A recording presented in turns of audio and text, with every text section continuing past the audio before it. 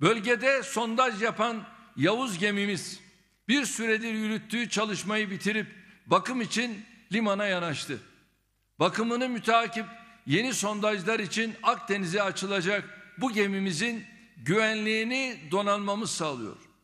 Aynı şekilde Oruç Reis sismik araştırma gemimizde bakım çalışmalarının tamamlanmasıyla yeniden Akdeniz'deki görevine döndü.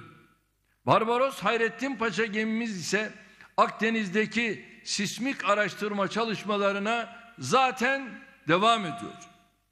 Avrupa Birliği ve NATO platformlarında yürütülen görüşmelerdeki sözlerini tutmayan Yunanistan'a ve Kıbrıs Rum kesimine hak ettikleri cevapları sahada vermeyi sürdüreceğiz. Cumartesi günü Fatih sondaj gemimize giderek hem çalışmaları bizzat yerinde görecek hem de yeni rezerv miktarını açıklayacak.